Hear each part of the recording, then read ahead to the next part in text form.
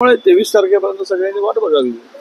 यापूर्वीचेही आता लेटेस्ट आलेले पार्लमेंट असेल, हरियाणा असेल, या एक्झिट पोलमधून काय आपण निष्कर्ष काढायचा, त्यामुळे मी अधिक यावर भाष्य करणार नाही. अशा कंपन्या काम करत असतात, त्यांचं ते अंदाज वर्तवत असतात. पण 23 तारीख फार काही दिवस नाही, परवाला निकाल येणार आणि त्या निकालामध्ये जे काही स्पष्टता ते येईल. महाविकास आघाडी महाराष्ट्रामध्ये सत्ता स्थापन करणं आणि आम्ही 160 ते 165 जागा आम्ही जिंकत आहोत.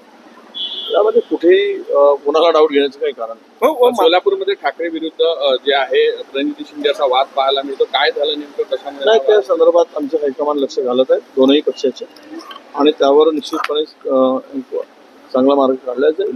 अशा काही गोष्टी होत असतात. तीन पक्ष एकत्र असल्यानंतर थोडासा कमी जास्त बनावत असतो. त्यामध्ये टोकाची भूमिका कोणी घेण्याची गरज नाही. टोकाची भूमिका घेऊ नये आणि पुढच्या सरकारमध्ये आपल्याला काम करायचं आहे. एकामेकाच्या हातात हात घालून महाराष्ट्राला पुढे न्यायचं आहे. त्यामुळे अशा गोष्टींना फार काही लक्ष देण्याची गरज नाही आणि टोकाची भूमिका घेण्याची गरज नाही.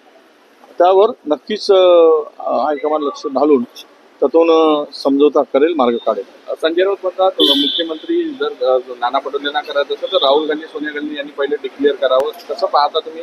नाही, संजय गांधी आपल्या राहुलजींनी असं कुठं, आपल्या नाना पटोलेंनी असं कुठं म्हटलं आहे की मी मुख्यमंत्री होणार? नेतृत्वामध्ये काँग्रेसच्या नेतृत्वात महाविकास आघाडी, पवार साहेबांच्या नेतृत्वात महाविकास आघाडी, उद्धवजींच्या नेतृत्वामध्ये महाविकास आघाडी, तीनही पक्ष एकत्र ज्यावेळेस लढतो त्यावेळेस आपण महाविकास आघाडी म्हणून लढत असतो.